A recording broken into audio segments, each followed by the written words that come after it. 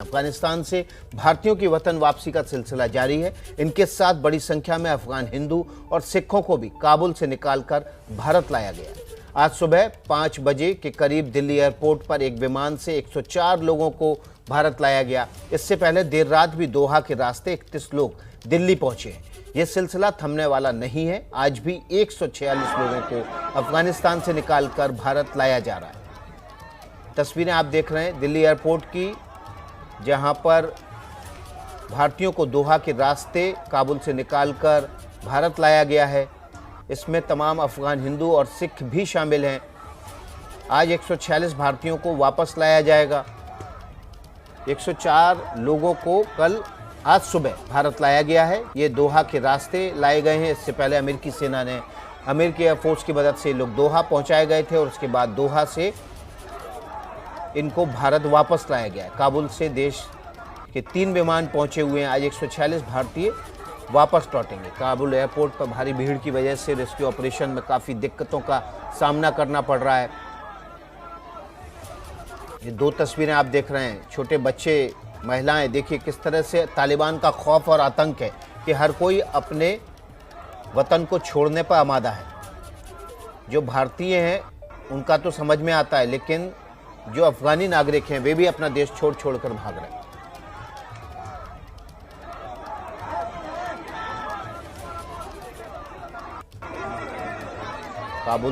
काबुल देश के 4 विमान पहुंच चुके हैं। इन्हें 146 भारतीयों को लाने के लिए भेजा गया है।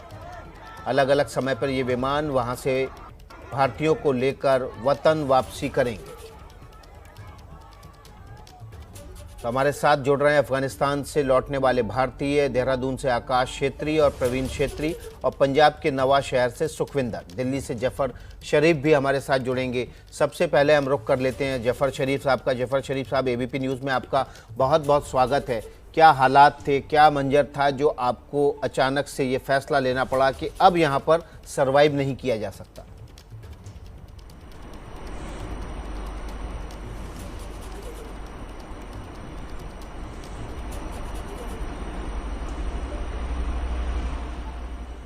हमारे जफ़र शरीफ साहब से हमारा संपर्क नहीं हो पा रहा है। हम दूसरे जो तमाम मेहमान जो अफ़गानिस्तान से देश लौट कर आए हैं उनका रुख कर लेते हैं। देहरादून से आकाश छेत्री और प्रवीण छेत्री जुड़े हुए हैं। आकाश छेत्री आप और प्रवीण छेत्री, आपका स्वागत है। आप लोगों के सामने वो क्या मंजर था जो आपके अंदर दहशत, भय बढ़ा रहा था कि अब अफ़गानिस्तान में ज़्यादा दिन ठहरना बहुत मुश्किल होगा?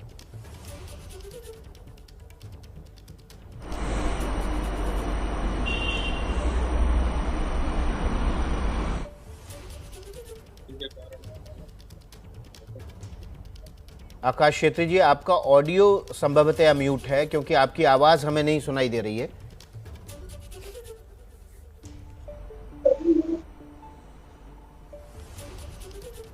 जी आकाश, आप मेरी आवाज आ रही है?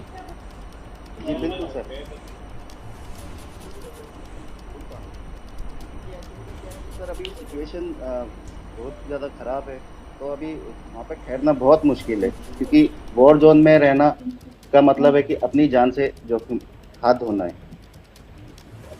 नहीं, आपने अपनी आंखों से क्या देखा? ऐसा कौन सा भय का माहौल था? किस तरह से तालिबानियों का भय वहां पर व्याप्त है? और क्या 20 साल पुरानी कहानियां थीं वो लोगों के जरिए आप तक भी पहुंची कि अब अफगानिस्तान में क्या होने वाला है? सर क्योंकि जहाँ आतंकी होंगे वहाँ पे ज़िंदगी मुनासिब नहीं है, क्योंकि क्या है कि उनके हाथ में हथियार हैं, हम लोगों के पास में कुछ नहीं है इक्विपमेंट्स, तो इसलिए वहाँ पे सरवाइव करना बहुत मुश्किल है जो नेसेसरी पीपल्स हैं उनके लिए। हमारे साथ पंजाब के नवा शहर से सुखविंदर भी जुड़ गए हैं, उनका रुख कर लेते हैं। सुखविंदर, आपका बहुत बहुत स्वागत है एबीपी न्यूज़ में। आप कितने समय से अफगानिस्तान में थे और अभी क्या हालात थे, क्या मंजर था जो आपने अपनी आंखों से देखा? किस तरह से आपने अपने आप को इस समय तक सुरक्षित रखा कि आपको यहाँ से भारतीय सेना, भारत सरकार सुरक्षित निकाल सके? जी, पहले तो जब तो पता चला कि बाहर बहुत प्रॉब्लम हो रही है, तो मैं यूएस एम्बेसी काबुल में जॉब करता हूँ, तो वहाँ पे उन लोगों का सोर्स है बाहर क्या हो रहा है क्या नहीं हो रहा है। तो उन्होंने जब बताया कि बाहर बहुत ज़्यादा प्रॉब्लम हो गई है, आप लोगों को किसी सेफ जगह ले जाया जाएगा, तो तभी 14 नाइट को उन लोगों ने हमारे लिए हेलीकॉप्टर मंगवा दिया वहाँ पे, और हमको एकदम सेफ्टी से वहाँ से उन्होंने मूव किया एयरपोर्ट, और एयरपोर्ट से फिर उन्होंने अपने प्लेन्स में बिठाकर हम लोगों को कतर में शिफ्ट किया। तो आप सही समय पर अफगानिस्तान से निकलने में कामयाब तो हुए, उसके लेकिन बाद जो फिर- खबरें आ रही थी उस समय, वो क्या खबरें थी जिसकी वजह से एम्बेसी के लोग ज्यादा परेशान हो गए? ऐसा था कि क्योंकि डेली अप डाउन होता है, बाहर जो लोकल लोग हैं वो डेली अप डाउन करते हैं, आते हैं जॉब करने के लिए। तो जब वो हम लोगों को बताते थे कि बाहर बहुत ज़्यादा प्रॉब्लम है, ये है वो है, तो थोड़ा मन में डर आता है कि नहीं भैया हम भी अभी इधर खतरे में हैं। लेकिन एम्बेसी में कोई ऐसी बात नहीं थी, कभी भी ऐसा नहीं हुआ हम लोगों को, कभी किसी ने डर महसूस होने ही नहीं दिया। इतनी वहाँ पे बहुत ज़्यादा सेफ्टी थी। जी, हमारे साथ तो फिर प्रवीण उन्होंने छेत्री भी। नाइट में बोला कि अभी आप लोगों को जी, आप अपनी बात जारी रखें सुखविंदर। आप लोगों को जहाँ से निकाल जी जहाँ से निकालना पड़ेगा आप लोगों को, तो उन्होंने हम लोगों को बोला। तो फिर जैसे ही उन्होंने बोला कि आप पैकिंग कर लो, अपनी पैकिंग करने के बाद हम लोगों ने नाइट में नियर अबाउट 11 PM हम लोग वहाँ से निकल गए, और हम लोगों को सेफली वहाँ से चॉपर से उठाकर एयरपोर्ट लाया गया। एयरपोर्ट से फिर हमको दुआ शिफ्ट किया गया। जी, पंजाब के नवा शहर से सुखविंदर हमारे साथ थे। हम प्रवीण छेत्री का रुख कर लेते हैं जो देहरादून से हमारे साथ जुड़े हुए हैं। प्रवीण छेत्री, आप भी वहाँ पर थे, लेकिन क्या आपने अब अपने घर आके आप अपने आप को सुरक्षित महसूस कर रहे हैं? क्या वहाँ पर जब शुरुआत में ये खबरें आई कि तालिबान कब्जा कर रहा है, तो क्या उन्होंने अप्रोच किया, तालिबानियों ने आपको अप्रोच किया, किसी तरह की डराने की धमकाने की कोशिश की, या सिर्फ इसलिए कि आतंकियों का कब्जा हो गया है तो अब निकल लो यहाँ से? पहले तो मैं न्यूज़ चैनल और उत्तराखंड सरकार का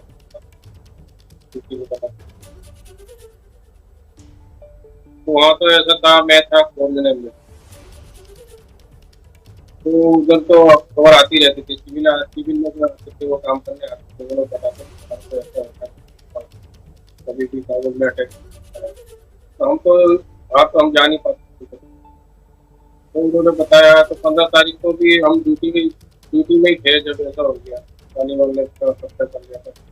तो जब पूरे एमएससी वाले वहाँ से चले गए तो हम आपकी आवाज़ हमें अभी तक साफ नहीं सुनाई दे रही है। इस तकनीकी खामी को हम ठीक करेंगे, उसके बाद आपके पास आएंगे। देहरादून से ही आकाश छेत्री भी हमारे साथ जुड़े हुए हैं। आकाश छेत्री का रुख कर लेते हैं। आकाश छेत्री, आपने जो कहानी सुनाई कि आप किस तरह से परेशान थे, दहशत का माहौल था, आतंकी थे, तो अब रहना मुश्किल है, लेकिन क्या आपका कोई पर्सनल एक्सपीरियंस ऐसा हुआ जहां आपको डर लगा हो?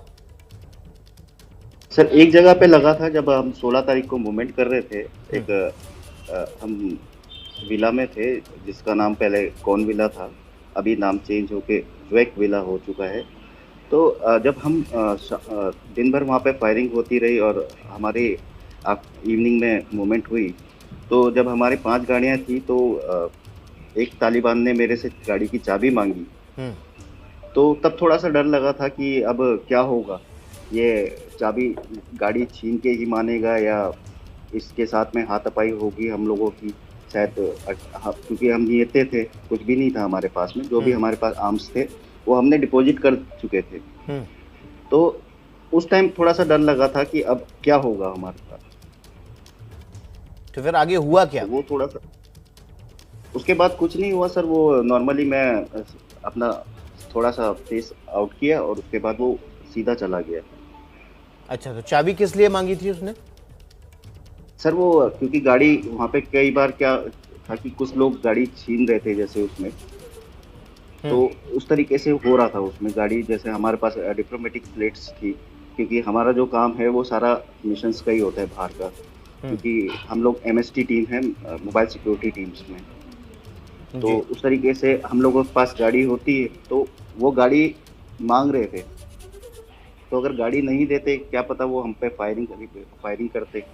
क्योंकि हमारे पास कुछ आर्म्स नहीं था, तो जी। थोड़ा सा उस टाइम थोड़ा सा डर लगा था। जी, प्रवीण क्षेत्री भी हमारे साथ बने हुए हैं और उनके साथ जो तकनीकी दिक्कत थी आवाज़ की वो भी ठीक हो चुकी है। प्रवीण क्षेत्री, जब आप आवाज़ें सुनते थे अपने आसपास फायरिंग हो रही है और फायरिंग के बाद जो दहशत की आवाज़ें आती थी, तो क्या आपके मन में क्या जहन में आता था कि ये फायरिंग कहीं आपके नज़दीक तक ना आ जाए?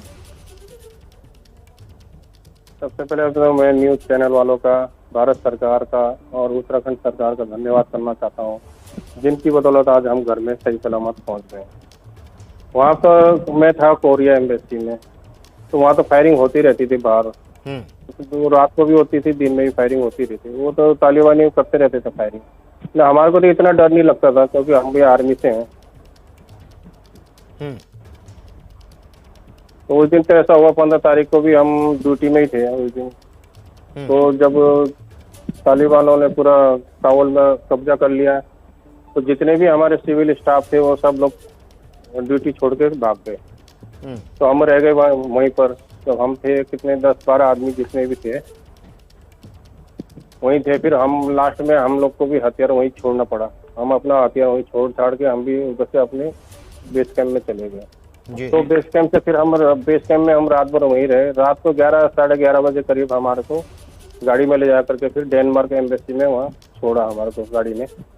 तो रास्ते में गाड़ी रोका था, हमारे को तालिबानों ने रोका था, पूछा कहाँ जा रहे हो, किससे जा रहे हो, हथियार तो नहीं है आप लोग के पास। फिर हमारे को वहाँ से उन्होंने छोड़ दिया। फिर हम गए डेनमार्क एम्बेसी में, वहीं हम 3-4 दिन वहीं रहे। फिर यहाँ से न्यूज़ लगी, न्यूज़ चली यहाँ से, तो वहाँ तब जा करके थोड़ा एक्शन हुआ। फिर वहाँ से हम डेनमार्क एम्बेसी से हम फिर दूसरे दिन 3 दिन वहाँ रहने के बाद फिर हम गाड़ी हमारे को ले जा करके क्या नाम एम्बेसी एयरपोर्ट में ले गई। एयरपोर्ट जब हम पहुंचे तो वहाँ इतनी भीड़ लगी हुई थी सिविल की कि हमारे को तो जाने को मिला नहीं। हम सुबह वहाँ 6 बजे पहुंच चुके थे, तो रात दिन के 1 बजे तक हम बाहर ही थे, रोड में ही बैठे थे। तो तालिबान जितने भी थे हम सब हमारे पास ही खड़े हुए थे, किसी को मार रहे थे, किसी को पीट रहे थे, बच्चे को मार रहे थे, औरतों को मार रहे थे, उधर फायरिंग कर रहे थे हमारे सामने, खुद वहाँ फायरिंग कर रहे थे वो लोग हमारे। लेकिन हमारे को उन्होंने कुछ नहीं कहा, आप लोग भारत के हो तो आप लोग इधर एक साइड में बैठ जाओ बोला। हम सब एक साइड में बैठ गए, हमें को बिठा दिया, जितने भी हम 89 लोग थे। लेकिन हमारे को कुछ नहीं किया, और जितने भी सिविल थे उनको मार मार के उन्होंने भगाया वहाँ से। 1 बजे जा करके हमारे अंदर जाने का नंबर पड़ा। फिर हम जाकर फिर हम 1 बजे हमें अंदर किया गया थे, तब जाके हम थोड़ा सुरक्षित रहे। जी, तो हमारे साथ प्रवीण क्षेत्री, आकाश क्षेत्री देहरादून से जुड़े हुए थे, पंजाब के नवाशहर से सुखविंदर जुड़े हुए थे। बहुत बहुत शुक्रिया आप सभी का एबीपी न्यूज़ के साथ जुड़ने के लिए। एबीपी न्यूज़ पर ये अफगानिस्तान से जुड़ी हुई लगातार कवरेज जारी है। कोई भी खबर होगी सबसे पहले आप एबीपी न्यूज़ पर ही देखेंगे।